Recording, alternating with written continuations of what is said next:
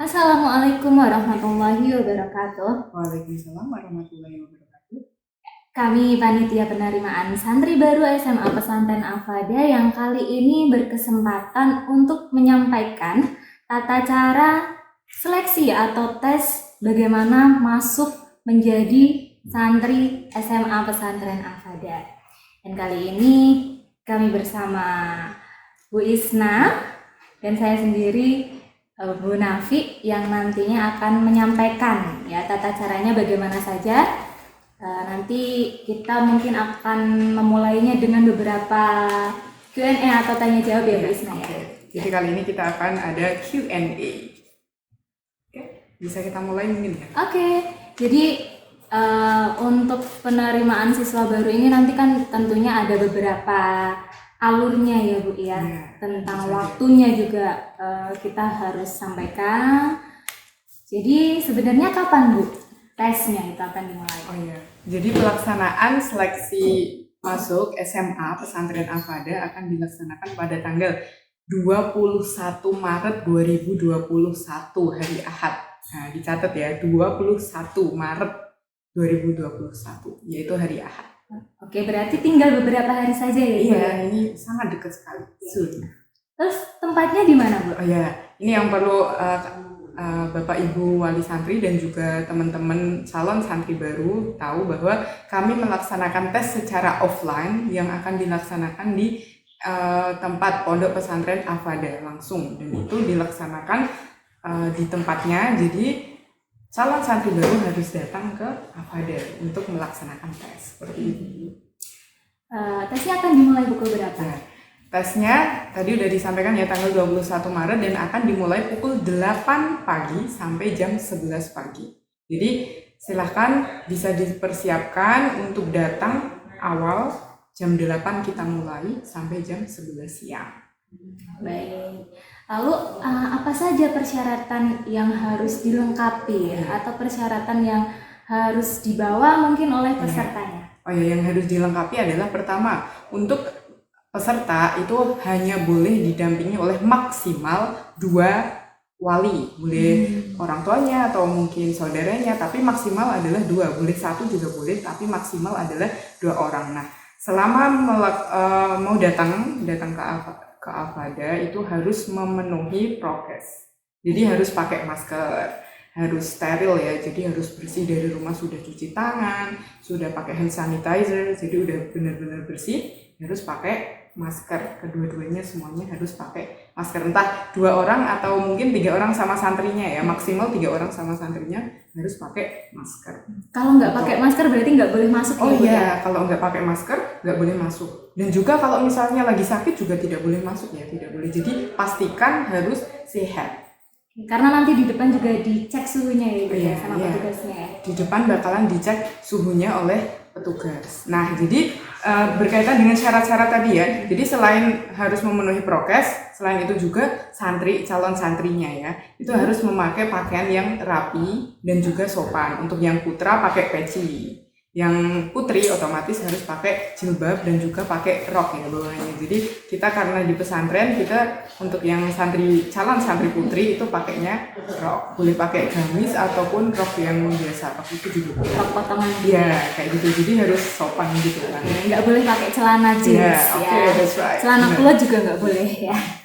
Oke.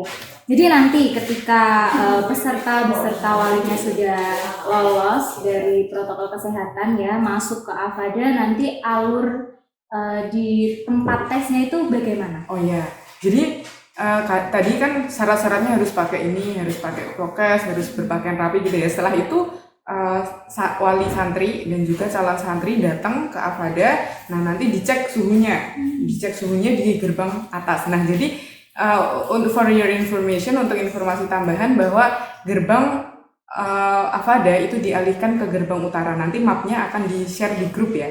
Nanti silahkan dipahami. Jadi nanti setelah datang ke Avada datang ke gerbang, nanti semuanya yang datang, baik wali santri maupun calon santrinya, itu dicek suhunya. Setelah lolos, maka akan kami arahkan untuk menuju ke tempat parkir. Nah, nanti akan ada panitia yang mengarahkan, oh gimana sih tempat parkirnya. Jadi Bapak Ibu ataupun Mas Mbak calon santrinya ya tidak perlu bingung di mana kita harus parking, karena nanti akan ada panitia yang mengarahkan. Nah, setelah parkir nanti baru bisa ke area tesnya, ke area tes.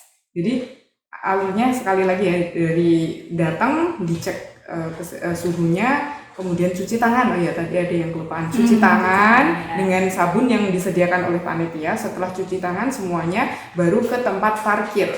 Setelah ke tempat parkir baru ke tempat tes. Nah, perlu diinformasikan bahwa tempat parkir dan tempat tes itu nggak jauh alias dekat kayak gitu. Oke, jadi seperti itu alurnya. Terus nanti untuk selanjutnya peserta bisa mengikuti tes. Mengikuti tes ya.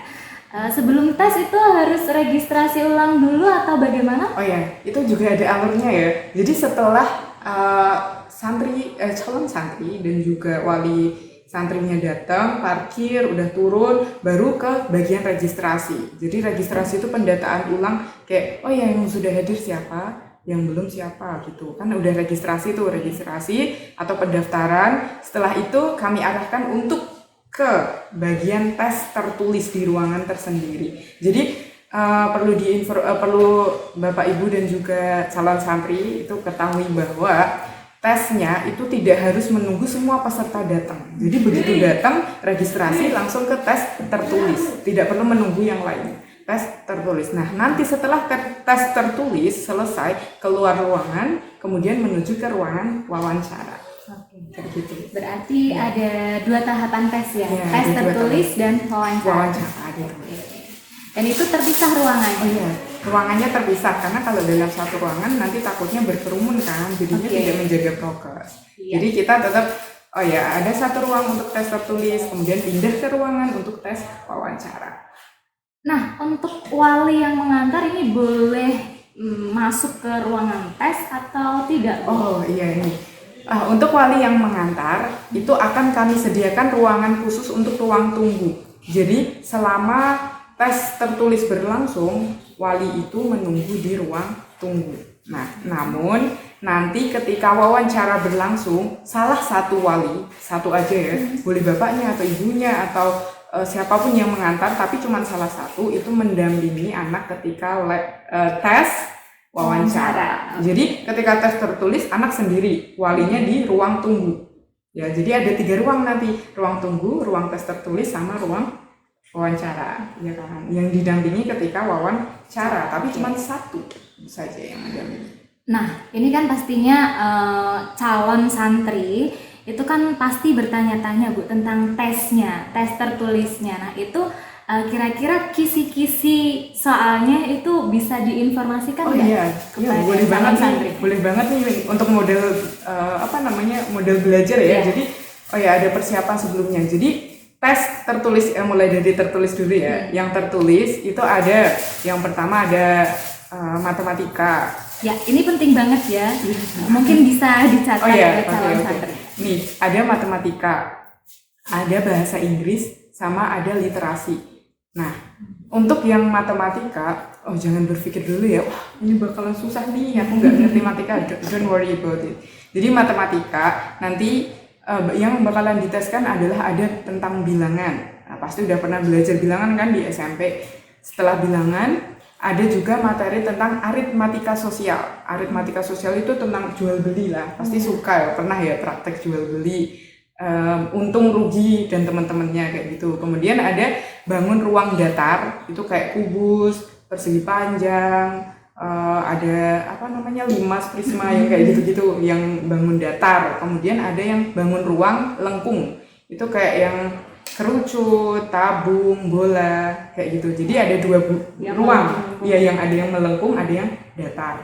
Kemudian sama satu lagi tentang statistik. Statistik itu perdataan, ada modus, rata-rata, ada nilai tengah atau median yang semacam itu. Itu yang pertama, matematika kan? Ya, itu yang matematika. Kemudian yang kedua adalah bahasa Inggris. Bahasa Inggris pasti udah dapat bahasa Inggris di SMP. Dan itu bahasa Inggrisnya itu berupa teks. Jadi basisnya itu teks gitu. Nah, bahasa Inggris teksnya itu ada tentang announcement. Apa itu Bu? Announcement ya? Announcement itu apa? Iya, apa tuh announcement?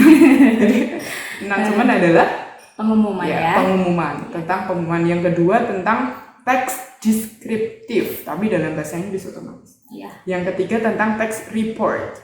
Teks report itu apa? Iya, apa? Teks report itu hampir sama kayak deskriptif. Bedanya report itu teks kayak menjelaskan, menggambarkan sesuatu tapi secara ilmiah dan secara umum. Oke, pastinya mereka juga sudah dapat ya di SMP ya? Udah SMP ada nih. Terus yang terakhir ada teks narrative atau cerita dongeng-dongeng gitu sih. Ini biasanya yang paling disukai sama Iya, biasanya karena dongeng-dongeng kancil dan serigala semacam kayak gitu. But in English ya. Kemudian yang bagian ketiga literasi.